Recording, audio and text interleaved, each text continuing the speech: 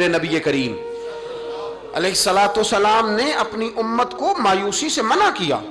फरमाया रब से दुआ मांगो तो इस तरह ना मांगा करो, ये मिशकात में हदीस है। फरमाया यूं ना दुआ मांगा करो कि या अल्लाह दे चाहे ना दे।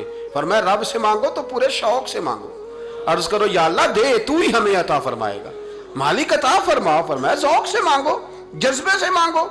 हमारे यहाँ उस्ताद दो किस्म के होते हैं। एक टीचर की ड्यूटी है स्कूल जाना, उसने कोशिश करनी है कि अगर कोई मौका मिल जाए भागने का तो स्कूल से निकल जाऊं, कोई चक्कर चल जाए। तो मैं भी छोटा सा उस्ताद हूं, तो उस्ताद नाराज ना हो मुझसे, समझ ले मैं अपनी तरबियत के लिए बात कर रहा हूं। तो किसी तरीके से ना कोई चक्कर चल जाए, कोई फार्म चलो मिल जाए, साइन कराने चले जाते हैं, कोई ऐसा चक्कर चल जाए सही निकल जाए। ये एक उस्ताद है। एक उस्ताद है उसे शौक है, उसे ज़ौक़ है पढ़ाने का।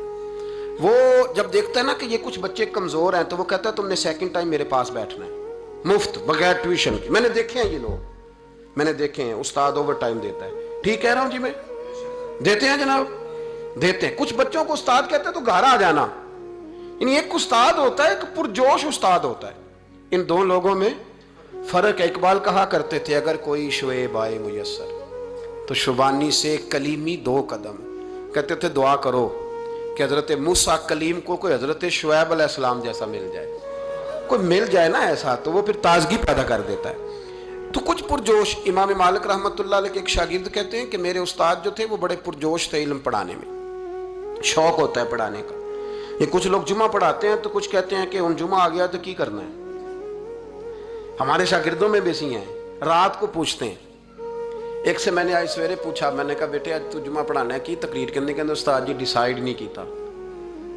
तो मैं क्या भी तू वड्डा मौलवी था नहीं डिसाइड किया, मैं तो 8 दिन पहले ही डिसाइड कर लेना क्योंकि मुझे तो तैयारी करनी पड़ती है। बड़ा इल्म होता है ना लोगों के पास, तो डिसाइड नहीं करना, बैठेंगे तो फर बात जारी हो जाएगी।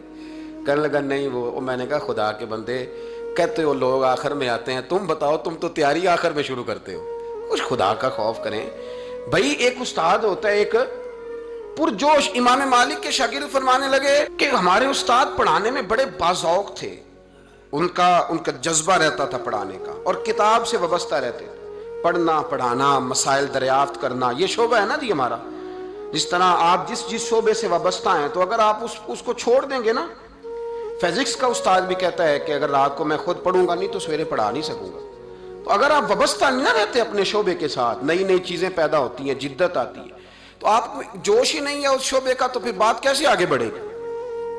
तो कहते हैं इमाम मालिक बड़े जब बीमार हो गए शदीद, तो शागिर्द कहते हैं मैं तीमारदारी करने गया, तो मैंने जब देखा तो मुझे चेहरा देख के समझ आई कि इमाम मालिक का आखिरी वक्त है, बड़े कमज़ोर हो गए और मैदे में और पेट में इतनी तकलीफ थी कि उन्हें दूध पिलाया जा रहा था चम्मच के साथ, प्याले के साथ, सिर्फ दूध पी सकते थे, कमज़ोर हो गए। फरमाते मैं जाके बैठा, जिंदगी में कभी ऐसा नहीं हुआ था कि मैं जाऊं और इमाम साहब किसी दीनी मसले पर मुझ पर गुफ्तगू न करें। लेकिन आज मेरे दिल में ख्याल था कि अब तो इस वक्त तो होश ही नहीं रहती कोई आदमी। लेकिन कहते मैं जाके बैठा ही था कि इमाम साहब ने आंखें खोली, फरमाया माशाल्लाह आप आए, चलो यार मैं अभी को बंदा ही तलाश कर रहा था, एक मसले पे बात करनी थी। कहते हैं लफ्ज नहीं पूरे अदा होते उनके, जुमले टूटते हैं, बेचारे कमजोर हो गए, बुढ़ापा है, एक मसले पर बात करनी थी। तो फरमाते हैं कि मेरा दिल ना इतना नरम हुआ कि मेरे आंसू बह गए। मैंने कहा इस हाल में भी उस्ताद जी आपको दीन की फिक्र है। कहने लगे यार एक आदमी ने मसला पूछा है तो उसको हल करके देना है, ये रसूलुल्लाह का दीन है, उलमा की जिम्मेदारी है आसान करके लोगों तक पहुंचाएं, हर आदमी इस तक। तो मैंने वो देना है, ये मेरी वफा है अपने मजहब के साथ, आखिरी दम तक देना। मैं अपनी हयाती तो कुर्बान थी वहाँ, मेरी मोहम्मद बकींदे गुजर गई। ये करना है काम, लोगों को आसान करके दीन पहुंचाना। फरमाते हैं कि मैंने कहा उस्ताद जी फरमाए। कहने लगे यार ये हज के मौके पर जो रमी जिमार होती है, जमरे को शैतान को कंकर मारे जाते हैं, पूछना ये है कि दोनों तरह से सुन्नत है, पैदल भी मार सकते हैं सवारी पे भी, तो ये बता कि पैदल अफजल है या सवारी पे अफजल है। तो कहते हैं मैंने कहा उस्ताद जी मेरा ख्याल है पैदल अफजल है, लोगों को तकलीफ कम होगी। तो कहने लगे नहीं तूने गलत कहा, खाना नहीं खाया जा रहा, लेकिन अब उस्ताद हैं तो जोश कितना है। फरमाने लगे तूने गलत कहा। कहते हैं मैंने कहा फिर उस्ताद जी सवारी पे अफजल है अगर पैदल अफजल नहीं। कहने लगे नहीं तूने फिर भी गलत ही कहा।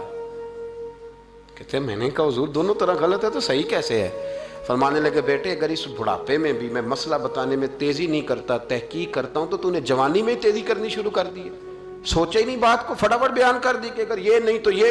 हिकमत वाला है, उसको समझना पड़ता है, हिकमत के साथ फैलता है।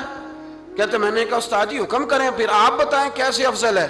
फरमाने लगे मुस्तहब है, अच्छा अमल है कि एक शैतान को कंकर मार के तो दुआ मांगी जाए, और इतनी देर मांगी जाए जितनी देर में इंसान 20 आयात कुरान पाक की पढ़ लेता है।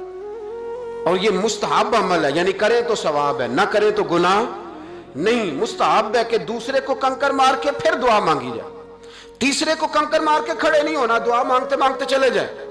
तो फरमाने लगे मसला सुन, जिसने, चूंकि मुस्तहब है मांगे चाहे ना मांगे, तो जिसने तो कंकर मार के दुआ मांगनी है ना, उसके लिए अफजल यह है कि वो पैदल कंकर मारे, और जिसका इरादा दुआ मांगने का नहीं ना, उसके लिए अफजल यह है कि वो सवारी पे बैठ के कंकर मारे। तो दोनों जहतें बदल जाएंगी। फरमाते हैं उस बुढ़ापे और कमजोरी में मैंने इमाम मालिक की वो फकाहत देखी, और फरमाते हैं जब फारिग होके ना इमाम मालिक से मैं बाहर निकला, सलाम लेके मैं दरवाजे पे पहुंचा था, अभी कमरे के दरवाजे पे इमाम साहब ने बुलंद आवाज से कलमा पढ़ा और उनकी रूह परवाज कर गई।